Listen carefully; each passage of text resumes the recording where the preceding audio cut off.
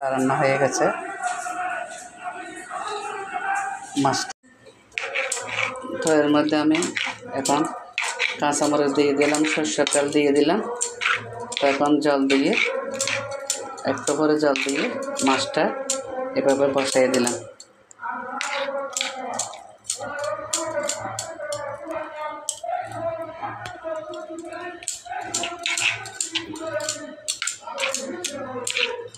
কারণ মাছটা হবে শুকনা শুকনা, বেশি জল দেওয়া যাবে না।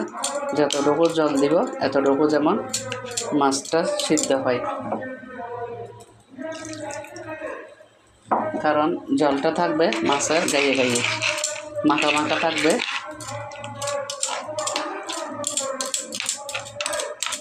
তো আমার এভাবে আমি মাছটা বসাই দিলাম।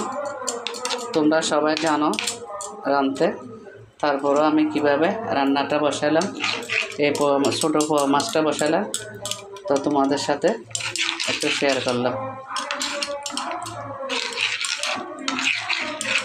পোহা মাছটা কিন্তু খেতে অনেক সুস্বাদু।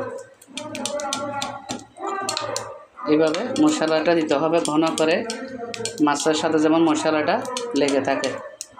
তো এখন আমি একটু মাছটা দেখে দিব।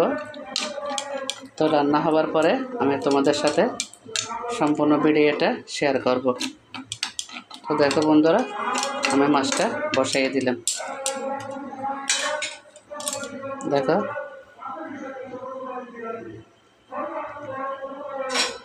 তো তোমরা সাথেই থাকো, আমি মাছটা এখন ডেকে দিচ্ছি। দেখো বন্ধুরা, ভাতটা হয়ে গেছে, ভাতটা রান্না হয়ে গেছে। মাছ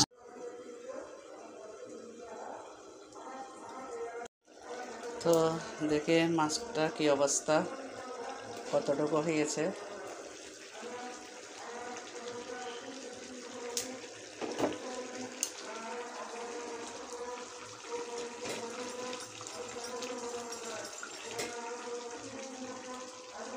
না এখনো হয় নাই, আরও হবে। দেখো বন্ধুরা, মাছটা এইভাবে মাখা মাখা হবে, হয়ে যাচ্ছে। দেখো এটা হলো ছোট পোহা মাছের হাতে মাখা মাছের ঝাল। তো এইখানে আমি দিয়ে দিয়েছি, প্রথমে মাছটা ভালো করে ধুয়ে নিয়েছিলাম, তারপর ভালো করে আবার হলুদ লবণ দিয়ে দিয়েছি। ধোয়ার পরে তো এখানে মাছগুলো একটা এই কড়াইতে নিয়েছি, নামার পরে এখানে আদা রসুন পেঁয়াজ বাটা দিয়েছি, মরিচ গুঁড়ো, হলুদ গুঁড়ো, মশলা গুঁড়ো, কাঁচামরিচ দিয়েছি, তারপরে সরষের তেল দিয়েছি। এই দেখো সরষের তেল।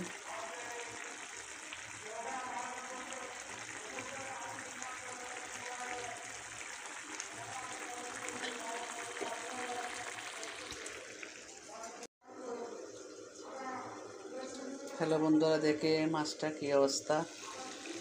হ্যাঁ মাছটা হয়ে যাচ্ছে। তো বন্ধুরা দেখো, আমার মাছটা হয়ে যাচ্ছে। দেখো তো আমি এই মাছটা কী করেছি, এটা হলো সমুদ্রের ছোটো পোহা মাছ। তো এই মাছটা আমি কী করছি, ভালো করে কেটে দিয়ে নিয়েছি। অনেক ভাত ধোয়ার পর আবার লবণ হলুদ দিয়ে দিয়েছি। ধোয়ার পরে একটা কড়াইয়া নিয়েছি, কড়াইয়াতে আদা বাটা, রসুন বাটা, পেঁয়াজ বাটা দিয়ে দিলাম। তারপর মাছগুলো এখানে দিয়ে দিলাম, ওখানে দেওয়ার পরে দিলাম কাঁচামরিচ, হলুদের গুঁড়া, মরিচের গুঁড়া, মশলার গুঁড়া, তারপর দিয়েছি সরষের তেল। তো আমি মাছটা হাতে মেখে বসা দিয়েছি। দেখো বন্ধুরা, এই মাখা মাখা গায়ে গায়ে জল থাকবে। আমার মাছটা হয়ে যাচ্ছে। চুলাটা ছোটো করে দিতে হবে, মাছটা টানা টানা হবে, জলটা গায়ে গায়ে থাকবে। তো আমি তোমাদের সাথে ভিডিওটা শেয়ার করতেছি, রান্নাটা সম্পূর্ণ শেয়ার করলাম। তো আমার যদি রান্নাটা তোমাদের কাছে ভালো লাগে, তোমরা সবাই রাঁধতে জানো, তারপর আমি তোমাদের সাথে একটু শেয়ার করলাম আর কি, মাছটা কীভাবে পোয়া মাছের জালটা কীভাবে রান্না করলাম। দেখো বন্ধুরা, মাছটা অনেক খেতে ভালো লাগবে, কিন্তু লাল পোহা মাছ খেতে খুবই টেস্ট। তো আমি এখানে তেল দিয়েছিলাম, কিন্তু সয়াবিন তেল না, এখানে সরিষার তেল দিয়েছি। হাতে কাঁচা মাখা তেল, তাই সরিষার তেল এখানে দিয়েছি। তো দেখো বন্ধুরা, আমার মাছটা হয়ে গেছে। দেখো দেখতে কত সুন্দর, রসা থাকবে না, রসাগুলো টেনে যাবে। তো আমি তোমাদের সাথে সম্পূর্ণ রান্নাটা শেয়ার করলাম। তো আমার রান্নাটা যদি তোমাদের কাছে ভালো লাগে, তাহলে তোমরা সবাই একটু লাইক কমেন্ট করে দিবে। আমি নতুন নতুন যেমন রান্না ভিডিও নিয়ে আসতে পারি। সবাই আমার ভিডিওটা যদি ভালো লাগে সবাই একটু দেখবে। ঠিক আছে বন্ধুরা, দেখো আমার রান্নাটা হয়ে গেছে, খুব ভালোই হবে, খারাপ হবে না। আমি এর আগেও ছোটো লাল পোয়া মাছ রান্না করে খেয়েছি। ঠিক আছে বন্ধুরা, তোমরা সবাই ভালো থাকো। আর আমি একটু পরে লাইভে আসবো, তোমরা সবাই লাইভে জয়েন হয়ে যাবে। ঠিক আছে বন্ধুরা, দেখো সেই স্বাদ হবে, খুব টেস্ট হবে আর কি মাছটা।